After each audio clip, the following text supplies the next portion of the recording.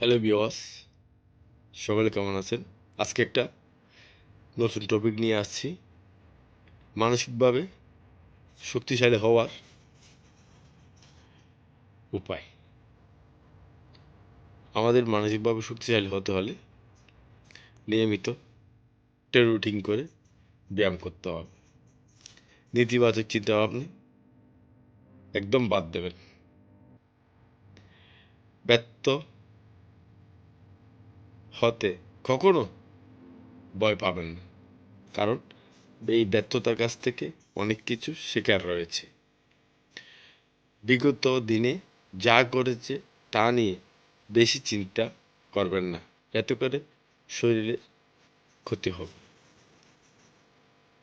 কারো কাছে অতিরিক্ত কিছু আশা করবেন না এবং প্রত্যাশাও করবেন না। আপনি যা পরিবর্তন করতে পারবেন না তা ছেড়ে দিন। নিয়মিত আল্লাহকে ডাকুন,